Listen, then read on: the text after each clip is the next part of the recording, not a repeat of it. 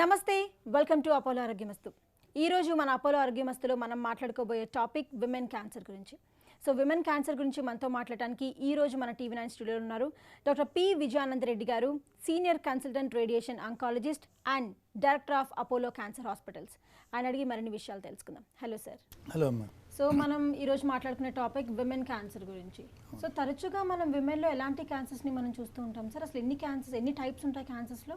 ఆడవాళ్ళలో ముఖ్యంగా ఇంతకు పూర్వం ఒక 10 years 15 years పూర్వము మెజారిటీ ఆఫ్ ద క్యాన్సర్స్ మన భారతదేశంలో సర్వైకల్ క్యాన్సర్ కామన్గా వచ్చేది. అంటే almost 60% of the cancers in women is to be only cervical cancer and breast cancer is to be number 2. తర్వాత యూట్రైన్ క్యాన్సర్, ఓవేరియన్ క్యాన్సర్ లాంటివి number 3, number 4 ఉండేది. ఇటీవల last 10 yearsలో చాలా మార్పులు వచ్చాయి. ముఖ్యంగా బ్రెస్ట్ క్యాన్సరు మోర్ ఇన్సిడెన్స్ మనం ఇటీవల చూస్తున్నాం. So now number 1 cancer in women in India is breast cancer. దానికి ముఖ్యంగా అంటే వెస్టర్నైజేషన్ ఆఫ్ అవర్ కల్చర్, దాన్ని బట్టి రొమ్ము క్యాన్సర్స్ కామన్గా చూస్తున్నాము. Now that has become almost 40-50% of the cancers మనం ఆడవాళ్ళలో ఉమెన్ క్యాన్సర్స్ ఎక్కువ చూస్తున్నాం. సో రొమ్ము క్యాన్సర్ నెంబర్ 1 అయిపోయింది. Cervical cancer number 2. Uterine cancer అంటే ముఖద్వారం ఆఫ్ ది గర్భసంచిని మనం సర్విక్స్ అంటాము. మెయిన్ పార్ట్ ఆఫ్ ది యూట్రస్ని మనం దాని యూట్రైన్ క్యాన్సర్ అంటాము. సో యూట్రైన్ క్యాన్సర్ కూడా నెంబర్ 3. ఇంతకు పూర్వము యూట్రైన్ క్యాన్సర్ ఇన్సిడెన్స్ మన భారతదేశంలో తక్కువగా ఉండేది. ఇప్పుడు యూట్రైన్ క్యాన్సర్ కూడా సిగ్నిఫికెంట్గా పెరగడం మనం చూస్తున్నాం. రైట్. సో మీరు ఇప్పుడు చెప్పినట్టు ఇంత ముందర సర్వైకల్ క్యాన్సర్ అనేది మనం ఎక్కువగా చూస్తూ ఉండేవాళ్ళం, బట్ ఇప్పుడు బ్రెస్ట్ క్యాన్సర్ ఎక్కువగా చూస్తూ ఉన్నామని చెప్తున్నారు. సో ఇన్ ఇయర్స్ ఆఫ్ మీ సర్వీస్లో మీరు గమనించిన మార్పులు ఏంటి సార్? ఎందుకు బ్రెస్ట్ క్యాన్సర్స్ ఉమెన్లో ఎక్కువగా చూస్తున్నాం తరచుగా మనం? దట్స్ ఎ వండర్ఫుల్ క్వశ్చన్ అమ్మా. ముఖ్యంగా ఆడవాళ్లలో బ్రెస్ట్ క్యాన్సర్ రావడానికి అర్బనైజేషన్ అంటాం, అంటే వెస్టర్నైజేషన్. మన కల్చర్ చాలా మారిపోతుంది. చిన్న పిల్లలు, అమ్మాయిలు ఒకప్పుడు బయటికి వెళ్ళి తరచుగా ఆడడం జరిగేది, ఎక్సర్సైజ్ చేయడం జరిగేది. ఇప్పుడు అందరూ అమ్మాయిలు ఇంట్లో కూర్చొని చిన్నప్పటి నుంచి టీవీ చూడడం కానీ, మొబైల్ అలవాటు పడిపోతున్నారు, కంప్యూటరు, టీవీ అలవాటు పడిపోతున్నారు.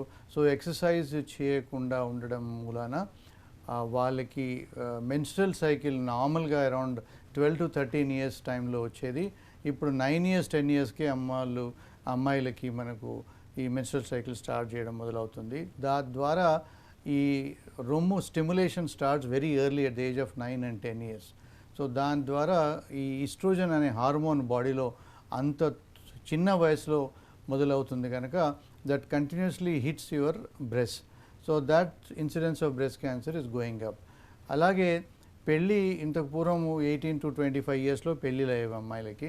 ఇప్పుడు ఎవరు అమ్మాయిలు పెళ్ళికి సిద్ధంగా లేరు. They want to have a career, they want to postpone the marriages. మ్యారేజ్ను పోస్ట్పోన్ చేయడం కూడా ఒక కారణం బ్రెస్ట్ క్యాన్సర్ రావడానికి.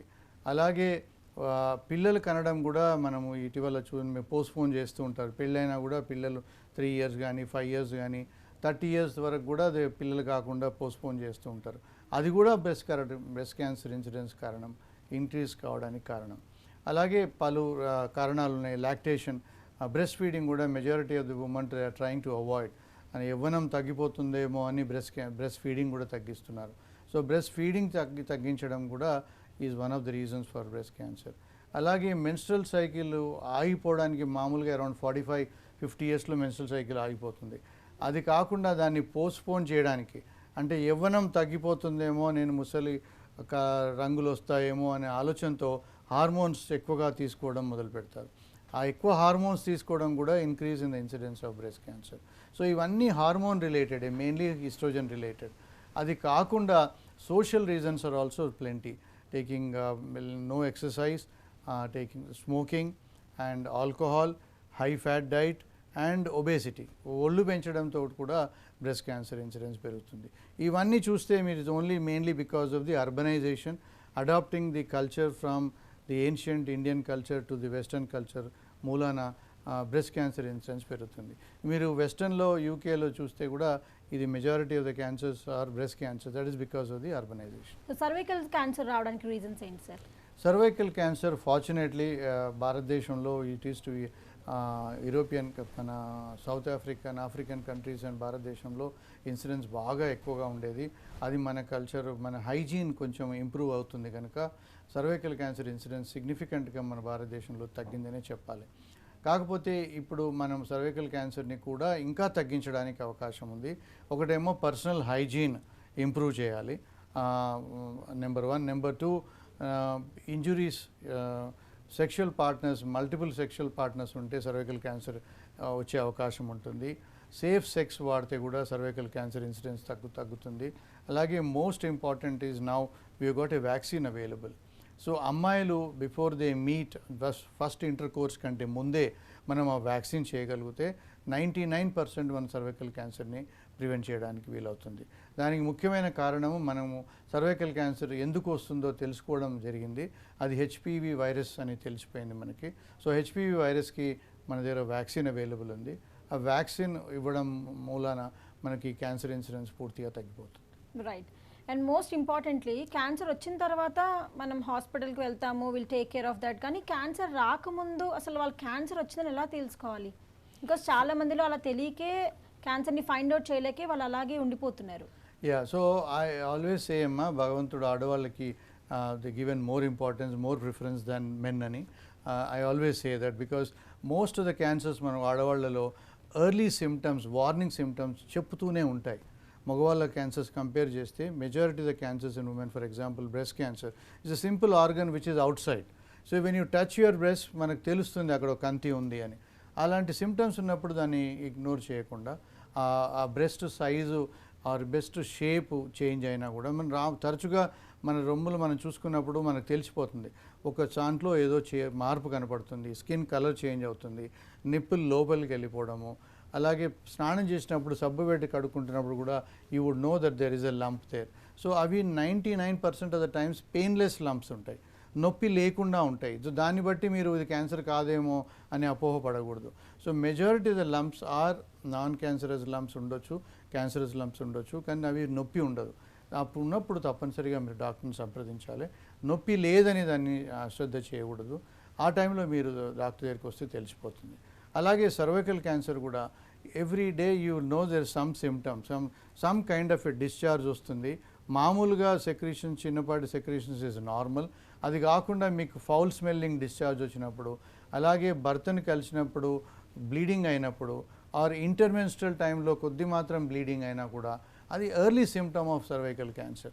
సో దాన్ని మీరు డాక్టర్ దగ్గరికి వస్తే సింపుల్ పరికరాలతో ఈజీగా డయాగ్నోస్ చేయడానికి వీలవుతుంది.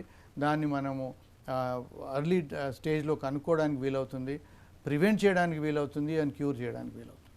రైట్. అసలు రాకుండా ఉండాలి అంటే ప్రికాషన్స్ తీసుకోగలుగుతాము అంటారా? తప్పకుండా.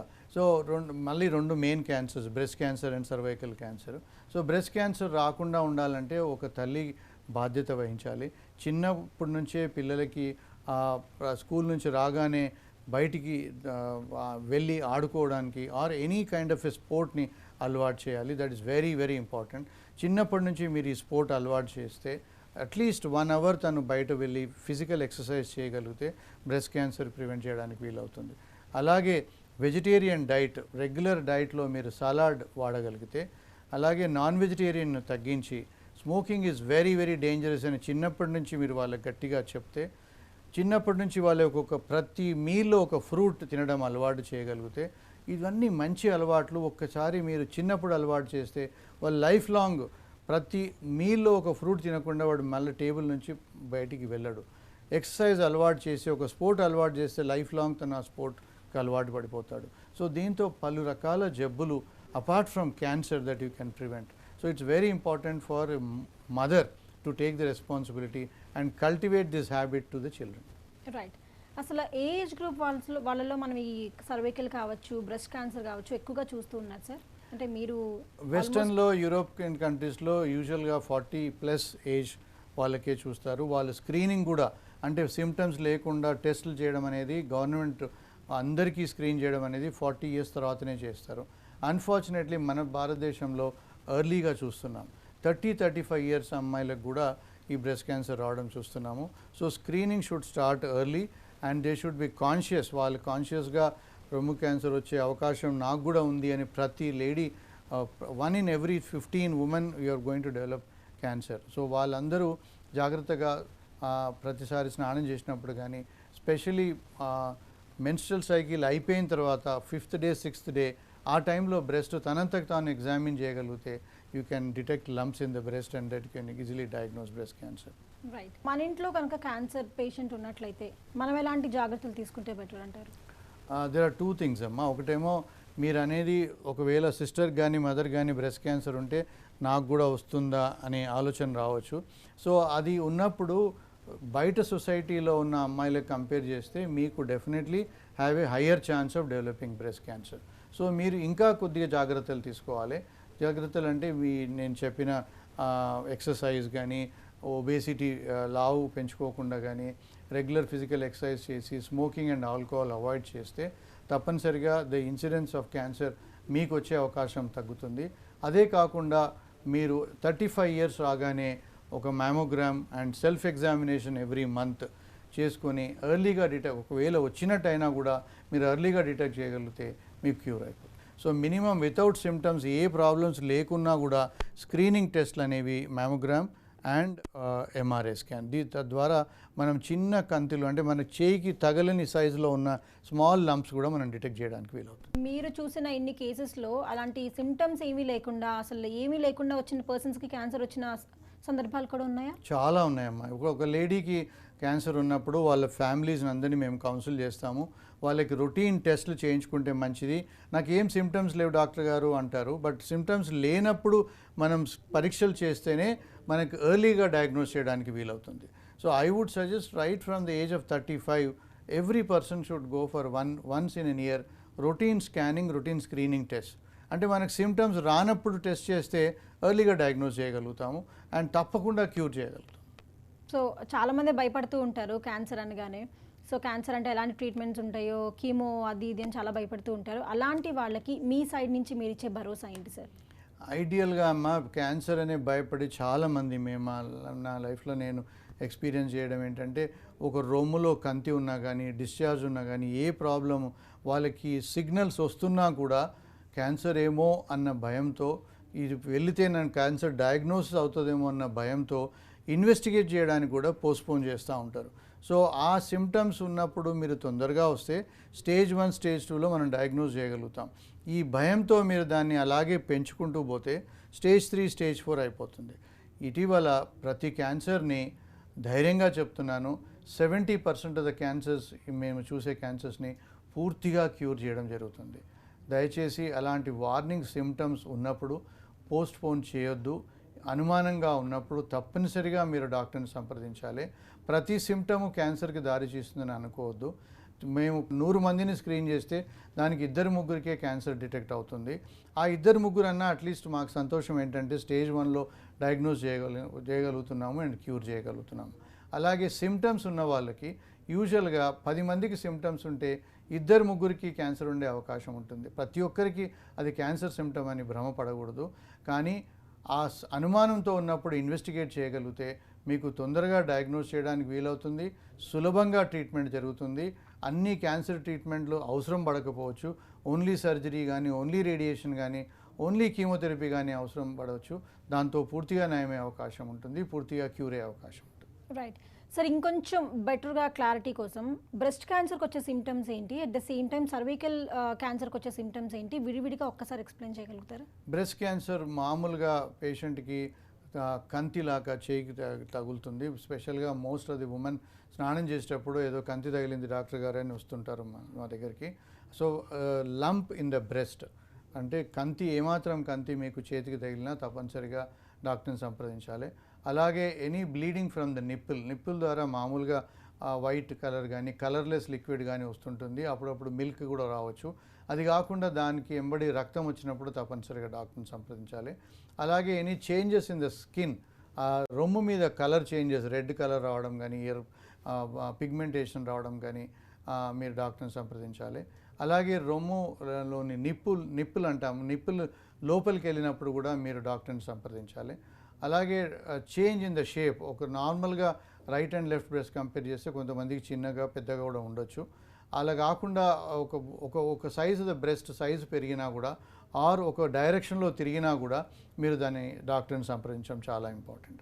అది కాకుండా కొన్నిసార్లు చంకలో కూడా కంతి ఏర్పడుతుంది. ఆ చంకలో కంతి ఏర్పడినప్పుడు కూడా మీరు డాక్టర్ని సంప్రదించాలి. చిన్నపాటి టెస్ట్తో, సింపుల్ నీడిల్ టెస్ట్తో మేము దాన్ని డయాగ్నోస్ చేస్తాము. ప్రతి లంపు క్యాన్సర్ అని భ్రమపడకూడదు.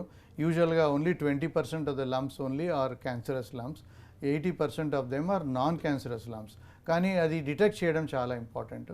అది సింపుల్ టెస్ట్తో మేము డిటెక్ట్ చేయగలుగుతాం. అలాగే సర్వైకల్ క్యాన్సర్ మామూలుగా డిశ్చార్జ్ అనేది ప్రతి ఉమెన్లో మినిమల్ డిశ్చార్జ్ అనేది నార్మల్గా ఉంటుంది. అది కాకుండా అది స్మెల్ వస్తున్నప్పుడు కానీ, డిశ్చార్జ్ మరీ ఎక్కువగా వస్తున్నప్పుడు కానీ, అలాగే మెన్స్ట్రల్ సైకిల్ మధ్యలో బ్లీడింగ్ అయినప్పుడు కానీ, అలాగే భర్తను కలిసినప్పుడు బ్లీడింగ్ అయినప్పుడు కానీ తప్పనిసరిగా మీరు డాక్టర్ని సంప్రదించాలి.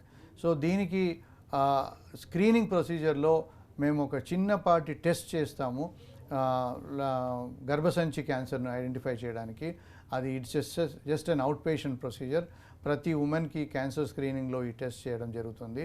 దీని ద్వారా stage 0 and stage 1 of cervical క్యాన్సర్ని మనం డిటెక్ట్ చేయడానికి వీలవుతుంది.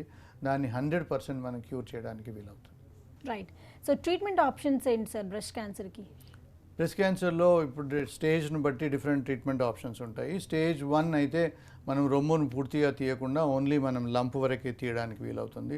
ఇటీవల చంకలో పెద్ద స్కార్ రావడం అనేది, రొమ్ము కూడా స్కార్ రావడం అనేది ఉండేది. ఇప్పుడున్న కొత్త టెక్నాలజీ ప్రకారంగా అసలు ఉమెన్కి సర్జరీ అయినట్టు తెలియకుండా మా దగ్గర అపోలో హాస్పిటల్లో చేయడం జరుగుతుంది. మరీ చిన్న వయసులో ఉన్న వాళ్ళకైతే పెళ్లి కాని పిల్లలకు కూడా లంప్స్ మేము తీస్తుంటాము. అది అసలు స్కార్ కూడా కనపడకుండా చేయడం జరుగుతుంది. సో ఎర్లీ స్టేజ్లో డయాగ్నోస్ చేస్తే మిటిలేటింగ్ సర్జరీ కాకుండా, రొమ్ము షేప్ చేంజ్ చేయకుండా ఓన్లీ లంప్ వరకే తీసి అయినా కూడా క్యూర్ చేయడానికి వీలవుతుంది. అడ్వాన్స్ స్టేజ్లోనే ఇబ్బందిగా ఉంటుంది. అప్పుడు సర్జరీ డైరెక్ట్గా చేయకుండా మొదలు కీమోథెరపీ అనే ఇంజెక్షన్స్ ఇవ్వడము, టార్గెటెడ్ థెరపీ అనే ఇంజెక్షన్స్ ఇవ్వడం జరుగుతుంది. తద్వారా ఈ 90 to 100% of the tumour in the breast will be completely gone. అప్పుడు మళ్ళీ మనం సర్జరీ చేయడం జరుగుతుంది. సో ఇది ఫస్ట్ కీమోథెరపీ, తర్వాత సర్జరీ చేయడం జరుగుతుంది if it is an advanced cancer. ఒకవేళ జబ్బు ఆల్రెడీ స్ప్రెడ్, వివిధ అవయవాలకు స్ప్రెడ్ అయినప్పుడు తప్పకుండా బ్రెస్ట్ క్యాన్సర్లో కొన్ని సంవత్సరాల వరకు మనం పేషెంట్ని కాపాడుకోవడానికి వీలవుతుంది. ఇటీవల కొత్త పరికరాలు, కొత్త ట్రీట్మెంట్ డ్రగ్స్ చాలా వచ్చాయి. Like chemotherapy, targeted therapy, immunotherapy, పలు రకాల ట్రీట్మెంట్స్ బ్రెస్ట్ క్యాన్సర్లో ఉన్నాయి. సో దాని ద్వారా even in stage 4 breast cancer మేము hormonal treatment is very important in breast cancer. తద్వారా మనము ఈ పేషెంట్స్ని ఈవెన్ ఇన్ స్టేజ్ 4 చాలా ఏళ్ల వరకు వాళ్ళని మనం కాపాడుకోవడానికి వీలవుతుంది. రైట్. సో అలాగే ట్రీట్మెంట్స్ ఫర్ సర్వైకల్ క్యాన్సర్ చెప్పండి. Cervical cancer is very easy to treat and highly curable cancer. Early స్టేజ్లో మనం స్టేజ్ 1, స్టేజ్ 2లో ఐదర్ సర్జరీ కానీ ఆర్ రేడియేషన్, 2 ట్రీట్మెంట్లు 3 ట్రీట్మెంట్లు అక్కర్లేదు. ముఖ్యంగా మనం సర్జరీ ట్రీట్మెంట్ స్టేజ్ 1లో గర్భసంచిని తీయడం జరుగుతుంది. దాంట్లో ఏమన్నా లింఫ్ నోడ్స్ ఏమైనా పాజిటివ్ ఉంటే సర్జరీ అయిన తర్వాత రేడియేషన్ ఇవ్వడం జరుగుతుంది, లేదా డైరెక్ట్గా రేడియేషన్ ఇవ్వడం కూడా జరుగుతుంది. యూజువల్గా స్టేజ్ 1, స్టేజ్ 2లో మోర్ దెన్ 90% ఆఫ్ ద కేసెస్లో మనం క్యూర్ చేయడం జరుగుతుంది. క్యూర్ అంటే పూర్తిగా క్యాన్సర్ నిర్ధారణ అవడం జరుగుతుంది. అలాగే స్టేజ్ 3 అయితే మనం కీమోథెరపీ ప్లస్ రేడియేషన్ ఇవన్నీ చేయాల్సి వస్తుంది. స్టేజ్ 3లో కూడా మనం ఇటీవల 60-70% ఆఫ్ ద క్యాన్సర్స్ని మనం క్యూర్ చేయగలుగుతున్నాం. ఒకవేళ స్టేజ్ 4 అయితే మనం ఓన్లీ కంట్రోల్ చేయడమే జరుగుతుంది. ఆ క్యూర్ అవడం సాధ్యం ఓన్లీ 10 to 20%. కాకపోతే సర్వైకల్ క్యాన్సర్ని మనం ప్రివెంట్ చేయడానికి వీలవుతుంది సింపుల్ వ్యాక్సినేషన్ ద్వారా, గుడ్ హైజీన్ మెయింటైన్ చేయడం ద్వారా. అలాగే ప్రివెంట్ చేయడానికి వీలవుతుంది by giving vaccination. Vaccination is simplest thing to do. Any young women before they onset of sexual practice they should get 3 doses ఇవ్వగలిగితే వాళ్ళ క్యాన్సర్ రాకుండా 99% ప్రివెంట్ చేయడానికి వీలవుతుంది. దాన్ని మనం స్క్రీనింగ్ ద్వారా ప్రతి సంవత్సరం ఒక్కసారి సింపుల్ టెస్ట్ హాస్పిటల్కి వెళ్ళి ప్యాప్ టెస్ట్ అని చేస్తాము. తద్వారా మనం స్టేజ్ 0, స్టేజ్ 1లో చేయడానికి డయాగ్నోస్ చేయడానికి వీలవుతుంది. స్టేజ్ 1 అయిపోతే simple type of treatment surgery, robotic surgeries కూడా మేము చేస్తాము. రోబోటిక్స్ సర్జరీ ద్వారా అడ్వాంటేజ్ ఏంటంటే పేషెంట్కి బ్లడ్ అవసరం లేకుండా రికవరీ కూడా నెక్స్ట్ డే తను వాక్ చేస్తూ బయటికి వెళ్ళిపోవడానికి వీలవుతుంది. సో పలు రకాల పరికరాలు ఇప్పుడు రేడియేషన్లో కూడా సొఫిస్టికేటెడ్ గ్యాడ్జెట్స్ ఉన్నాయి. అపోలోలో we have all the gadgets. యుఎస్లో యూరోప్లో లేని గ్యాడ్జెట్స్ కూడా మా దగ్గర ఉన్నాయి. సో ఇట్లాంటి గ్యాడ్జెట్స్ మనము తద్వారా రేడియేషన్ సైడ్ ఎఫెక్ట్స్ కూడా చాలా చాలా మినిమల్ సైడ్ ఎఫెక్ట్స్ ద్వారా మన పేషెంట్ని క్యూర్ చేయడానికి వీలవుతుంది. సో ప్రతి ఒక్కళ్ళు ఈ జెనెటిక్ టెస్టింగ్ చేయించుకుంటే బెటర్ అంటారా సార్? విమెన్ పాయింట్ ఆఫ్ వ్యూలో మనం మాట్లాడుకున్నట్లయితే అంటే వాళ్ళకి క్యాన్సర్ ఉందా లేదా అని తెలుసుకోకపోయినా ఒకవేళ లేకపోయినా కూడా ఫ్రీక్వెంట్గా ఇది చేయించుకుంటే ఎలా ఉంటుంది అంటారు? జెనెటిక్ టెస్టింగ్ అనేది చాలా కాంట్రవర్షియల్ అమ్మా. సో జెనెటిక్ టెస్టింగ్ చేయగలిగితే దాంట్లో మనకి ఎలాంటి జీన్స్ డ్యామేజ్డ్ జీన్స్ ఉన్నాయని తెలుస్తుంది. ముఖ్యంగా ఫ్యామిలీలో ఎవరికన్నా క్యాన్సర్స్ ఉంటే ఆ ఫ్యామిలీ ఇతర మనుషులకు కూడా క్యాన్సర్ వచ్చే అవకాశం ఉందా అని తెలుసుకోవాలనుకుంటే genetic testing is very important. అది కాకుండా జనరల్ పబ్లిక్ వాళ్ళు కూడా జెనెటిక్ టెస్టింగ్ చేయొచ్చు. బట్ నార్మల్గా we do not advise for a routine genetic testing for the general public. But if you have cancer in the family and somebody వాళ్ళు consciously they want to know, they want to understand, then మేము వాళ్ళకి advice చేస్తాము. తద్వారా మనకి వాళ్ళకి chances of developing cancer ఎక్కువగా ఉన్నాయని తెలవడమే కానీ దానికి ట్రీట్మెంట్ అనేది ఏమీ లేదు. సో జెనెటిక్ అబ్నార్మాలిటీస్ ఒకవేళ ఎవరికైనా కనుక్కున్నా కూడా వాళ్ళు they should be more conscious and they should be more cautious. అంటే ఇప్పుడు ఉమెన్కి ఒక బ్రాకా జీన్ పాజిటివ్ ఉంటే వాళ్ళు తొందరగా స్క్రీనింగ్ స్టార్ట్ చేయడము, సెల్ఫ్ బ్రెస్ట్ ఎగ్జామినేషన్ చేయడము, ఇలాంటి జాగ్రత్తలు తీసుకుంటే మనం ఎర్లీగా ఒకవేళ క్యాన్సర్ వచ్చినా కూడా ఎర్లీగా డయాగ్నోస్ చేయడానికి వీలవుతుంది. అంతేకాని మనం genetic treatment as of now there is no genetic treatment. But it is definitely going to help if the patient వాళ్ళు కాన్షియస్గా ఇంటెలిజెంట్గా మేనేజ్ చేయగలిగితే జెనెటిక్ టెస్ట్ ద్వారా మనకి వాళ్ళకి higher chances of developing cancer అని ఉంటుంది. కానీ దాని సైడ్ ఎఫెక్ట్స్ కూడా ఉన్నాయి. కొద్దిమందికి వాళ్ళకి ఆ మనసులో తనకు వచ్చే అవకాశం ఉంది అన్నంత మాత్రాన they psychologically get very affected. అందుకొరకే ఇంటెలిజెంట్ ఉమెన్, సెన్సిబుల్ ఉమెన్ వాళ్ళకే మేము ఆ టెస్ట్ అడ్వైస్ చేస్తాము. అండ్ జెనెటిక్ టెస్ట్ చేసే ముందు వాళ్ళకి సరైన కౌన్సిలింగ్ చేయాల్సి వచ్చిన అవకాశం ఉంది. Most important is genetic test positive ఉన్నంత మాత్రాన మీకు తప్పనిసరిగా క్యాన్సర్ వస్తుందని అపోహపడకూడదు. You have only higher chances compare to the normal public. ఇది వాటి అభిమస్తు. వచ్చే వారం మరో స్పెషలిస్ట్తో మళ్ళీ కలుద్దాం. అప్పటి వరకు చూస్తూనే ఉండండి టీవీ9.